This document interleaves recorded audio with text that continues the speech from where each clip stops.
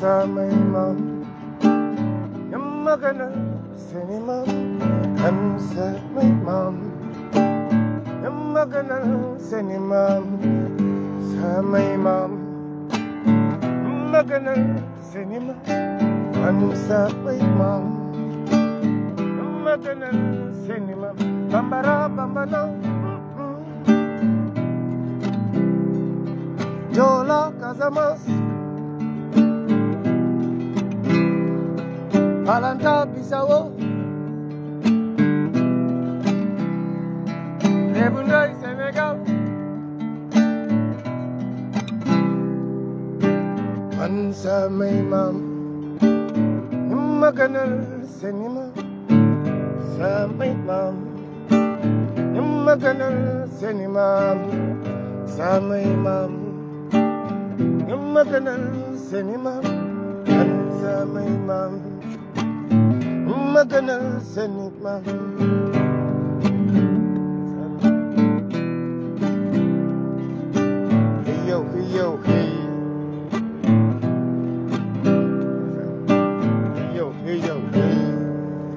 basuma mbare suko nonko abidé di ba Fama la ja borom yëf yi daf ma tere ma laal yëfam bëgguma joteeg borom woy bi Europe lañu nekk basuma mbare Sénégal coow li mel ni tulleeg man la man moom comme d'habitude sama ataaya laay teg yor sama guitare parce que j'ai l'habitude de rester seul toujours je veux rester seul ak sama look from été caaye naar tubaab yan la jeunesse Occident dafa mos a yeewu te foog ngeen xam ne boxe dafa bëri boxeur ci àdduna mu ngi mel ne rek mbër yi ak ñoo bëri mbër mais ndax mbër yëpp a bokk fi ñuy bëree est-ce que mbër yëpp ñoo bokk fi ñuy bëree waaw wala déet loolu laa bëgg ñu xam tey parce que dafa am si africain yoo xam ne ay panafricain sax panafricain ak africain bokkul parce que man africain la te man révolutionnaire la man bokkuma seen affaire activisme yi je ne suis pas là-dedans te foog ngeen nangu ni Sonko ah kii ko bëgg a moromoo bu ñu fexee ba Ousmane Sonko tontu ko ñun ñëpp nelaw moom si boppam day daanu muy xaw ma la ñam si ñamale waaw France lay ñam si xaw ma voilà wax na ba jiñ ne peuple Sénégal ay terroriste la nee na ñun ñëpp ay terroriste waaw loolu na ko neex moom moo ko wax mais ñun ñu ngi fii France xamante nañ suñu biir te bu ñëwee on va régler ça entre nous ndax la grand Thié mu ngi fi ça va se gérer entre nous parce que ici nous sommes des garçons ñoom c'est la racaille nous ne sommes pas la racaille peuple africain tey ma jox leen benn secret vous savez que Boko Haram c'est l'armée camerounaise en personne et Franklin Nyamsi c'est que Boko Haram c'est la composition d'une des factions de l'armée camerounaise je signe je persiste Boko Haram c'est l'une des factions de l'armée camerounaise qui pille du pétrole au Nigeria je signe je persiste ils sont là je suis là mën nañ ma porter plainte je signe je persiste Boko Haram démembrement ex Biafra bu doon ngan di seenu rebelle bu nekkoon boo xam dafa noq France Afrique loolu mosuñu leen ko wax la France a essayé de prendre une partie du Nigeria boo xam ne dañ ko fa noq foofoo tuddoon Biafra tey ñooñu tey la ñu transformé tuddee leen tey Boko Haram donc ce n'est pas des terroristes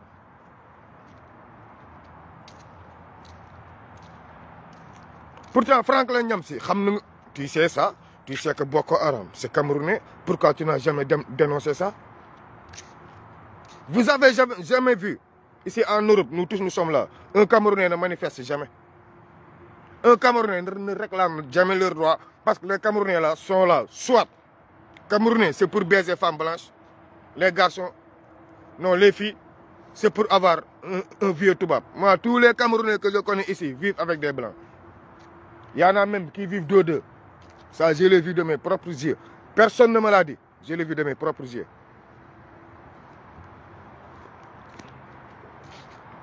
Personne ne me l'a dit. Et puis eux là, qui se réclament panafricanistes, vous qui êtes en Afrique, cette jeunesse-là, c'est parce que vous n'avez pas compris. Qu'est-ce que c'est? Comment le blanc a fait? Savez-vous que ce ne sont pas les Français dont on vous explique la France et colonisation. Moi, je m'en fous de la colonisation complexe française qu'on nous a imposée. Hey, la colonisation, elle est arabophone. Et qu'est-ce qui a détruit cette colonisation arabophone-là? C'est l'empire du Ghana. Le Ghana se trouvait où? La première rébellion, c'était en Mauritanie, c'est le Ghana. Ce n'était pas l'empire du Ghana là, ça n'existait pas. C'est en 1203 que le Ghana, c'est la Mauritanie. L'empire du Ghana s'étendait du Sénégal jusqu'à Soudan. C'était la Mauritanie. Entre 1203, je vous dis bien, la première révolution africaine, c'est l'empire du Ghana qui est la nouvelle Mauritanie, dont s'est souvenu Joe Rawlings après son fameux coup d'État pour redresser le peuple ghanéen qui a changé son nom pour être Ghana. Non, le Ghana c'est la Mauritanie encore une fois. Je signe, je persiste. Quelqu'un n'a qu'à venir me démentir dans l'histoire et puis me sortir. La preuve. À partir de 1240, comme l'empire du Ghana, eux aussi, malgré leur révolution là, ils voulaient imposer l'islam. Les Maliens là, aujourd'hui, Assimi Goïta, ses grands-parents connaissent ça. Ça, c'est extrêmement naturel chez le Malien, la révolution. Le changement, l'Afrique, le changement catégorique de l'Afrique, de l'Africain, de la peau noire, mais c'est venu où? Du Mali. En 1235, ils ont démarré la révolution. En 1240, la révolution malienne a vu le jour. Donc, l'empire du Ghana n'a que vécu que 37 ans. Je ne sais pas, 38 ans. C'est en 1203. Oui, 37 ans.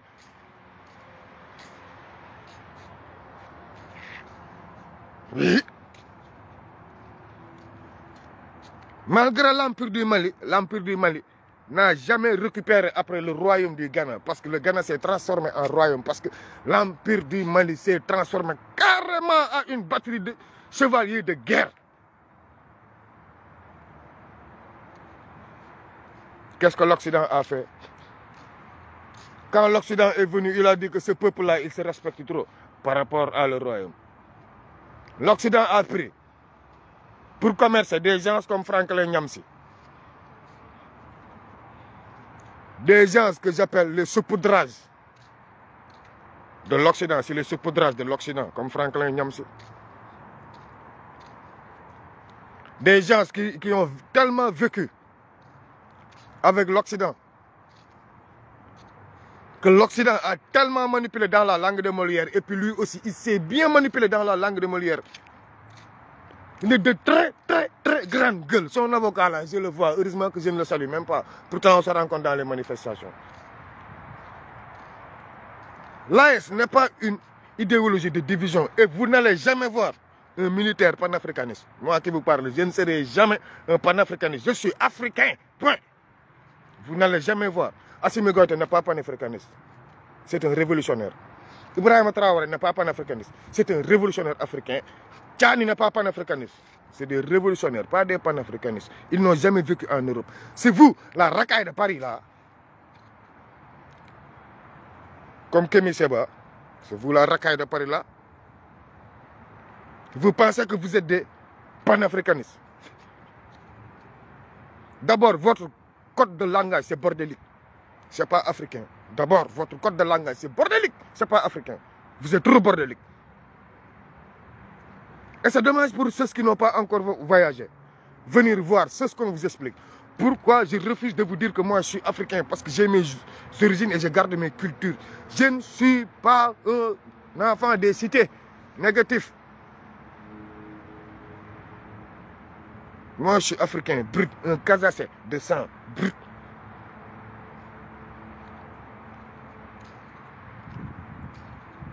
De ce fait, vous les Sénégalais parlez, Niamsi gauche-droite. Nous, on va régler notre compte ici parce qu'il y a un leader qui est là. Il y a le grand Thier qui est là. Vous, Sénégalais, qui vivez là en France, je ne parle pas aux soi-disant prieurs musulmans qui se sentent terroristes. Je ne vous parle pas.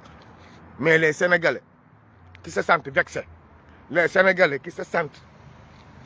touchés dans leur orgueil, qu'on nous a fait traiter de nous tous de terroristes. Donc là, Niamsi, il est allé un peu trop loin. Et puis c'est un corrompu. Qui t'a payé ton billet d'avion, Franklin Niamsi, pour aller au Mali. Et c'est dommage que ce n'est pas un panafricain qui est au Mali. Hein. C'est un citoyen français qui est au Mali. C'est Niamsi, le citoyen français. Moi, c'est ça qui me dérange dans tout son aura. C'est un citoyen français, encore une fois. Niamsi se permet de voyager là où il veut à cause de son passeport français et de sa carte d'identité française. Donc pourquoi autant de piaillement? Sénégalais, faut ngeen yeewu xam ne Niamsi mii du gat ba gat booloo jeex. C'est que man Sénégalais dañu am problème. yaa ngeen koy déglu ñun fii dañuy damba maamam ñoo ko gën a wëyu gars yi duñu def na ba dëkkul Paris kii xalaatul dëkk Paris. booy bu leen foog ne Sénégalais yi dañ nekk fii Europe di màcc tuñ ñii kërëng de. bu dee raak dugg si terrain bi raak dóorante ndeyam ñoo leen gën a wëyu ñoom ñëpp xamante nañ suñu biir fii ñun xamante nañ suñu biir ñun portugais yeeg maliens yi man ngaa yàlla baax na am tout terrain la je circule seul man yàlla baax na lu may def j'affronte tout seul samay garde à vue je suis seul. mais Sénégalais lan moo tax na léegi ñun tubaab ni mu fexe tey ba dugg au lieu mu ñëw nungu Sénégal nungu Mali déedéet dafa ñëw dugg ci waxtaan si damay ko commerce. naxanteeg malien naxanteeg sénégalais ba dugg fenn jaxasañu suñu biir ndax nee na ñun ni ñu juboo dafa ëpp da ngay tooñ diw mu dem si doomu nijaayam woo ko ne ko garaawul moo la tooñ wante mag la demal jégalu ko nga jégalu ko loolu amoon Africa sous l'arbre à palabre tubaab ñàkkam ak fàqir ga mu doon dundee tubaab ñàkkam sol tubéy bii du neen fii boo fi nekkee seexlu jigéen moo ma njëkk dal fii jëm mi sëñ Bamba lu waay bëgg a jigéen bu la fi été fekkee dina am foo xam ne bu jigéen si mbeekoo sa kanam doo si mën dara ndax da ngay seexlu ndax jigéen yaramam lay bàyyi ci biti sañ na sol silib génn dox yow góor pancan ngay sol c'est le monde à l'envers moo tax tubaab dafa fexe ba dugg ci ñun dugg suñu culture la tubaab njëkk a dugg suñu culture mooy lan xeebante ñun loo xeeb nit bu wax dëgg jotee dañ la koy wax dem leen laaj ci buur siin amoon na ku nekk ci taatu këram bu yëngalee ba yëngal mu ne ko hay moomoo ñu di yow it moomoo ñu nijaayam la Casamance buur bu mës a yëngal Soundiata Keita yëngalam yëpp kan moo ko doon freiné nijaayam léegi na sa nijaay wax nga toj lu bonam yóbbu ko police loolu la tubaab fexe def si ñun bi tubaab réussir def ñu ay noon ngeen foog ne noon yi ñu tubaab ba defoon noonu yooyu dafa jeex ba tey sëñ Bamba ñaata wujj la amoon c'est que tubaab fi tubaab di xalaatee ñun nekkuñu fa ñun dañ nekk ci ay sentiment tubaab dafa nekk ci lan mooy sama raison ñii nañu tas bu ñu tasee ma ñëw jël seen ressource bu ma ko jëlee dinaa ko jiite ndax ñoom kenn nangu jiite sa morom moo ñu dal Franklin Niamsi looloo ko dal il a le complexe bi Ousmane Sonko jiitalee Diomaye Faye ne affaire bi choc la def ñu bëri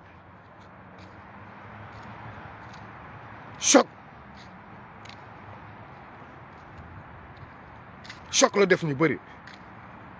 te ñun ay la yewen bi ñuy yux Ousmane Sonko a trahi je défie quiconque Ousmane Sonko bi muy nekk premier ministre Mali premier coup d'état wam la subiroon affaire bi metti woon loolu am na benn attaque bu fa amoon Daniba moo nekkoon Burkina Faso Bassoum moo nekkoon Niger kon y avait pas l'AES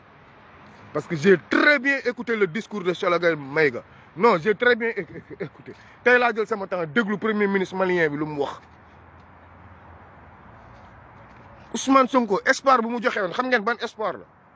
pour militaires yi mënoon pousse ñoom ñëpp andi régime civil pour mën a coordonner suñu révolution entre le Sénégal ak ñii moo taxoon Ousmane Sonko Afrique am espoir ci ñoom nii lii mosul am ci àdduna ñu fal benn président àdduna mais yéen Ousmane Sonko mooy président ou Diomaye man mii di wax rek je fais les mêmes erreurs que tout le monde ñun ñëpp ci yem Ousmane Sonko France Ousmane Sonko Mali Ousmane Sonko la presse Ousmane Sonko mais la presse joteewu ñoo dara Diomaye de Sonko lañ joteel man waxtaan naa si ay journaliste Sonko nii saaga lu ne ba tey gars yi koy saaga de Sonko ma woon ba tey mu ngi Sonko di sangaate kon nag lan la qu'est-ce qui se passe ban espoir ban yaakaar la gars yi tegoon waa ji nii ba tey mu falu rek kenn mayu ko mu nooy kenn du africain du tubaab du kenn mayul Ousmane Sonko mu nooy y a pas te waxoon naa leen di ngeen dégg yéen patriote ne woon naa leen di ngeen ku ci amul xolu muñ di nga dégg ku ci amul bopp bu dëgër daañu la manipuler rocc la fi nga nekk li ngay gëm ni daañu la rocc ba nga set te xeex bi saay nag day lal baatin mu ngi mel ne bés bi ñu toll tey yéen ñëpp ne 15 août 15 août ban fête la tey lu tax ma démarré samay maam ñoo ma gënal seeni maam du feetu catholique je signe je persiste catholique moomu ko jullit moomu ko je signe je persiste suñuy maama fi bàyyi lépp 15 août dagoon tombé maam yi mois d'août mooy repos total bu àdduna bu atmosphère bu àdduna mois d'août maanaam xaalis day taxaw atmosphère day taxaw ji bi li nga ji yow du mën a ñor mois août day taxawaalu ci biir tool bi di cappapapi ce qui fait que mag ñi buñ daan béy ba le 15 août jot dañuy dajaloo ñoom ñëpp def baaw naan benn yoon la goon am si at baaw naan ngir dàq njéeréer yi baaw naan ngir bu taw ñàkkaan baaw naan moo daan 15 août maanaam ñoom ñëpp daan nañu ñàkk parce que 15 août daan na fekk xoola yow it sa réserve de guerre yëpp ji nga lépp pour yàlla mee la 15 août ñoom ñëpp dañ daan dajale génn togg dajaloo su l'arbre à palabre def fecc forêt ñëpp lekkandoo si village bi kenn du xam ka nax ka ne togg lii ba fii tey laa toogaloon tey xam nga ban xeet gitan yi laa toogaloon ndeysaan ñu ciy débat maax ñoom gitan yi laa toogaloon ñu siy débat ñu ne ma yow bëgg ma judduloo Israël ma leen ku ma judd Israël ma judd ko sa ndey doomaram parce que dama rasa fils de pute ñu naan ma sa connaissance judaïque man ku ma ko connaissance judaïque ma dëgg sa ndey man connaissance africaine laa am te man nii laa gëmee ne 15 août ñëpp ko moom tabaski yéen africain wax leen ma yéen tabaski seen ban maam bu fi bàyyi diine moo ko moom ñeneen leen ñëpp a ñuuloon Abraham dafa ñuuloon noo moom moo rendi noo kon ku moom tabaski foog ngeen ni codé temple ya woon seeni maam baaxuñu temple ya woon mooy jumaa yi tey te léegi les jeunes ont trop compris ku ci mel na ndeysaan sama waajee Cheikh Sakhir Ndiaye waaw ku ci mel ne Cheikh Sakhir damay waxtaan ak benn taalibeem bu ma duggee code bu ma dugg booy bi laqarti ko ma ne ko mais booy ñaata at nga mu ne ma 17 ans ma ne ko catastrophe 17 ans t'es comme ça là mu ne ma waaye damay waxtaan ak kilifa gi lu bëri nii wante nii ma ne ko xam nga lu ma neex si yéen waxu leen waxin kàllaama arabe vous n'êtes pas arabique ni francophone mais vous êtes resté vous moo tax may xeex si daara yi nii daara yi ngeen di gis publier naa ko sama Facebook même système daara Touba bi buñ ko jàngalee ba pare daara yi gis naa système buñ ci dawal foog ñu defal leen système ubbi xel yeete daaj gis nga booy yi foog ñu jàngal leen culture générale am na leen baabu tam sa bismillahi rahmani rahim non non non y a pas ça dans le Coran da lay jàngal dund éveil ubbeeku conscience am réserve booy yi nga leen di dóor si Trump di dóor ba Chine di dóor Hong Kong dugg si bourse yi booy yi wàcc ma xool ma ne waa mais booy bi ban taalibe la kii nii booy bi qu'est-ce qui se passe mu ne ma Cheikh Sakhir ma ne ko mais xam naa ko mais yow alxuraan nga fay jàng wala lan nga fay jàng ma ne ma waaye grand lépp nga si alxuraan ma ne ko mais mënul nekk ndax man jànguma alxuraan kon mënul nekk mu tax la jeunesse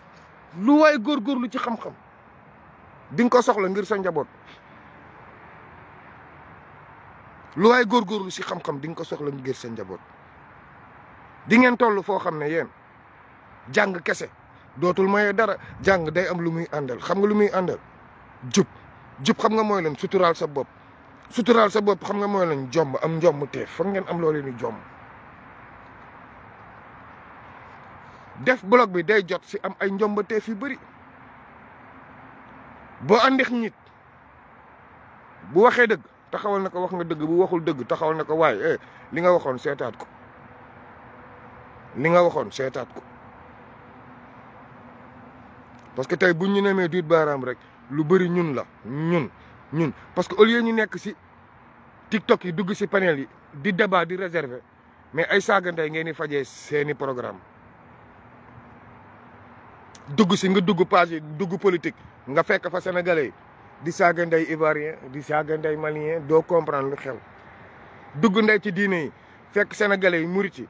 taf foto nit ñi di saaga ndey ku leen neex ba jël jëwriñ Njaase teg di saaga murit ay murit a koy def ay murit nga dem TikTok bi fekk sénégalais yi table seen jëkkër yi ana sutura yàqante boobu la tubaab réussir moo tax ma andi leen tey ci empire laa xëccee pour wan leen ni tubaab li mu réussir dafa yàgg ñun Sénégal sëñ Bamba ñàkk na ko Maam Maodo ñàkk na ko Baye ñàkk na ko yëpp ñàkk nañ ko wante gynécologie lañ ko yàqee gynécologie lañ laal merci ya duut fa baaraam ba pare bëgg a jiñ xale yi tam leen dëmm ne ay góor jigéen ngeen ay caga ngeen ay franc-maçon ngeen déedéet waajur yi ñun ñoo commencé yàq bi ñun ñoo amoon complexe jël suñuy jabar séddoo ko ñun ñoo yoral suñuy doom àq ñun la suñu jabar biir ba 10 ñu yóbbu ko góor baaraam ko suñu moromu góor ñun ñoo yoral suñuy doom àq lu dal xale yi tey ñun ñii waajur la commençant par man lu dal suñu njaboot tey ñun ñii la ñun man la yow miy dema seetaan tey waajur maax yow ñoo teg xale yi tey li leen dal xale yi amatuñu repère saagante nday bay seen repère parce que amatuñu repère seen xel yaa jaxasoo balaa ñoo judd la ñu joxe si xelu xale yi ñun ñooy programme bi de xale yi defuñu ni dara kaso yi fees na xale baa ngi ni tey dem Thiès xool moromam lan la ko def jàmpaaka mu dee si lan Jakarta jërëjëf la communauté Ndiago loo leen ragal yàlla na leen ko yàlla dàqal si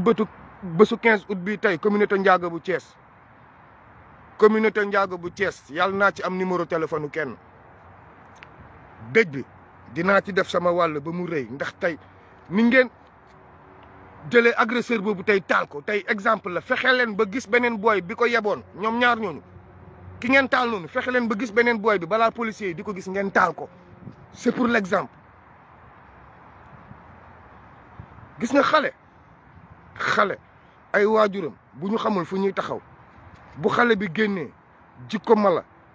rendi ko gis nga mag ñu njëkk ñi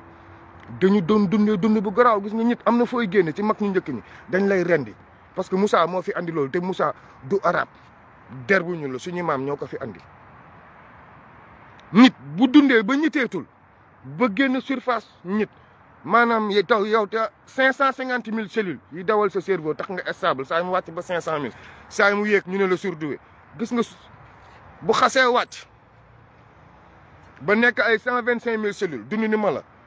gën a wàcc bu dund ni mala rek rendi leen ko loolu bu diine boo demee dala ne rendi ko boo demee ci justice dala ne rendi ko mooy ku rey nit lu mu la wax rey ko waaw diine dala ne rey ko nga dem suñuy maam bu dee Casamance reyal doomu jàmbur xool ñu tëj la kaso ñu fekk la ci biir kaso bi rey la fa c'est simple comme bonjour rey la fa te rey booboo gën a métti da xool dañ la koy feebar jaral la samp di ñëw di dagg man mun naa jël garab boobu xool ñu tëj la 10 ans may dagg garab boobu 9 ans saay ma ñëw dagg sa toxataan mu def taab nga nekk fa saay ma butti sa jumbax dem ma ñàkk sama ndey dinaa la buddi 9 ans yoo xam ne médecin hôpital duñ la faj kenn du la faj lan moo tax kooku dafa génn domaine doomu aadama jël doomu jàmbur xoola nu doom defee si xool nga rey ko mais tam laaj na tam xale yi ñiy def nii sanction bi police rey nañu booy bi de mais ay waajuram nag fu ñu nekkoon ba xale bi mel nii bu dee fii ba waajur yi dañuy bokk ci enquête de loolu la ko waajur yi sas ba mu war a dem jëli ji moto jàmbur te demul ñaqi lan violence ban violence verbale la xale yi di subir ba tax ñuy dem di agressé ji di sàcc alalu jàmbur yaa ko jur munoo ko jox mu lekk munoo ko jox mu naan ba suur boole si naan ko sa morom yi sa nawle yi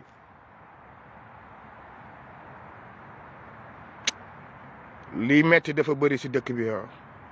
li fi metti dafa bëri te man su may wax si xale yi te ma jooy ndax xale yi moom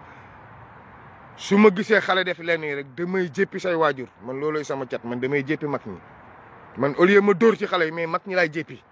parce que yenn yëpp violence verbale boo ko andi gis nga violence verbale bi am si couple yi violence verbale bu gën a dangereux mu ngi am ci famille yi